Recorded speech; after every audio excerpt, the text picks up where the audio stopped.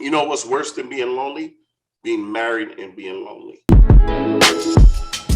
What is anything that you could give to people of my generation in regards to relational matters, right? How could they go about dealing with their loneliness if they're in this stage and they just feel like, man, that some of it resonated, but I just really want to know what is one thing I could do to help with this loneliness. Yeah, it's a great question, and let me answer it like this. First and foremost, there are people that are lonely out there for various different reasons. I think the thing that you need to know is, why are you lonely? Are you lonely because, again, you're comparing yourself to social media? You're comparing yourself to friends. You're comparing yourself to people's expectations that you see. Magazines you're looking at, somebody you saw on the Billboard Music Awards, or somebody that or your girlfriend down the street, or one of the girls that you know. If your loneliness is due to comparison, that's an internal thing, because I can almost guarantee that other person isn't looking at you that way.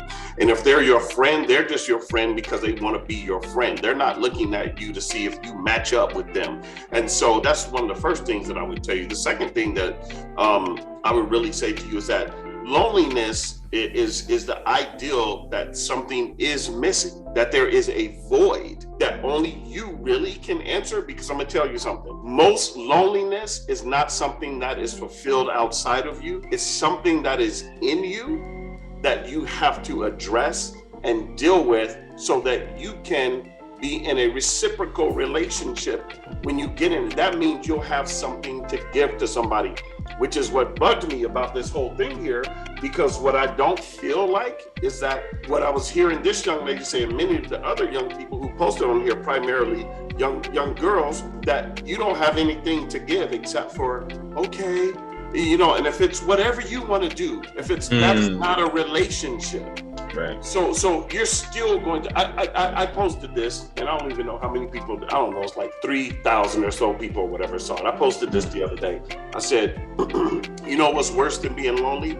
Being married and being lonely. There's nothing worse than somebody being married and being lonely, because you can be in a relationship with somebody who doesn't see you, because you didn't get to the process of working with them so that they could see you, and that you could see them, and that you knew that they could continually see you. Let me say this. People always say to me, Pastor D, what's the secret to being married, man, as long as you have?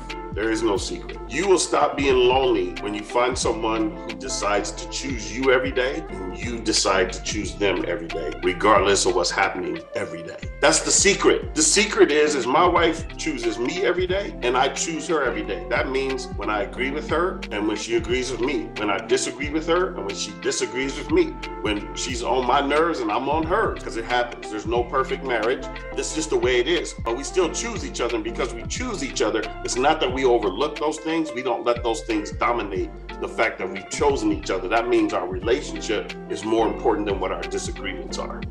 And if you don't have that, you're in trouble.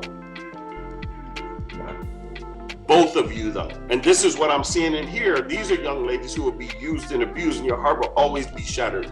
Your heart will never heal. It will always be shattered, because you will always get out there and get with some guy who's unhealed himself, and all he knows how to do is break the things that he's been a part of, including your heart. Wow. That's just the truth, because healing is an internal thing. It is not an external thing. The biggest issue that all of us have is what's going on inside of us, and not what's going on outside of us. Man. And listen, and open your hearts to this too. Because I know it can be hard, especially if you're in that position, to kind of be like, oh no, that makes complete sense. Open your heart and open your mind to that, because the last thing that anybody should ever want to be is in the position he just described, in a marriage but still lonely. That hurts you on a whole nother level. And when you don't heal from certain wounds and you try to walk into another relationship, it's just hurt people. That's what happens. All they know how to do. All you know how to do. That's all they know how to do. And it's not because I don't believe that they're out to get you like that. It's just that's all they know how to do. Because they didn't heal. So they find you come into the relationship wounded. They find you wounded. Both of you are licking wounds. So you know what you do? You try to get together in your woundedness instead of finding a place to be whole and healed. And then all you keep doing is hurting each other. So you stay in a cycle of just pain. Yeah. You just stay in a cycle of pain, and it's unfortunate. Very unfortunate. Very unfortunate. Well, this is going to conclude our conversation. All right. So I hope you guys got a lot out of this. Where can they reach you at, PD, for content, teachings, all that good stuff? Maybe share a little bit about your background and all that good stuff. Yeah. So I am a former pastor turned just Bible teacher. And I deal with what is called soteriology, which means the doctrine of salvation, as well as worldviews. Mine specifically is a Christian worldview and just basic Christian ethics and characteristics. So that means I talk about stuff like this, and it doesn't necessarily have chapter and verse, but we talk about this because of the challenges that come with that. So you can catch me at the Dig, it's 2 G's, the DIGG.org. You can catch me there. You can find a bunch of content from there. I have a newsletter. I have articles on there. I've got YouTube stuff just like this on there. You can find that there. And also, if you want to be coached by me, you can catch me at DemetriusColbert.com. So that's DemetriusColbert.com. There you will find out the type of coaching that I do. So I do coaching for leadership. I do individual coaching. I do group coaching and things along those lines. I'm adding a brand new segment to what I do, or process to what I do, and that is going to be in this particular scenario, great, which is going to be date coaching. And so here's what it is. Now, I'm not going to be teaching people how to go find somebody. I'm going to say that while you're dating, you're getting coached, so you're working on you while you're dating.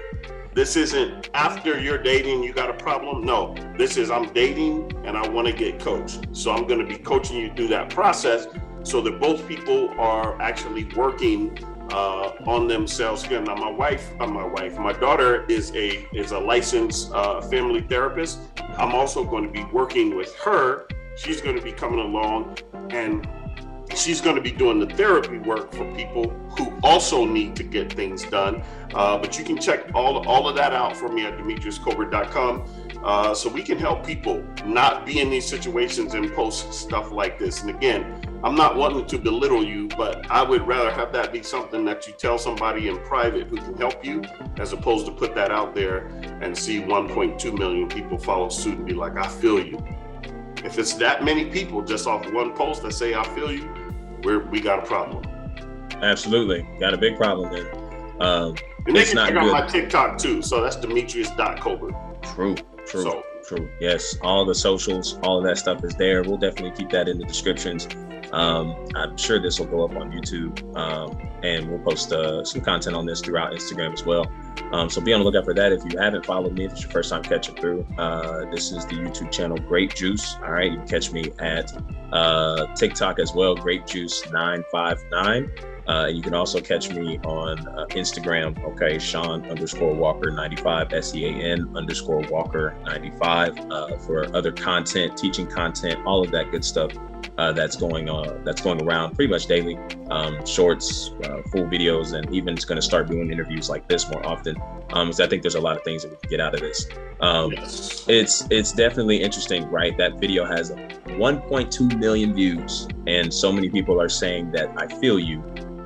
But I think we have to get past that point of saying I feel you and start pointing people in the direction of feeling, pointing people in the direction of just getting some help, and instead of just making this stuff relatable and not giving anything to help people build. And so that's kind of where we are, and that's what we want to do in these kinds of talks and situations, that I hope is helping you kind of see where you are and really see where you want to go. And then what are the stumbling blocks in front that are keeping you from getting there, even if we have to deal with who you are and where you're at. All right. Absolutely. So, man, I appreciate you so much for kicking it with me, P.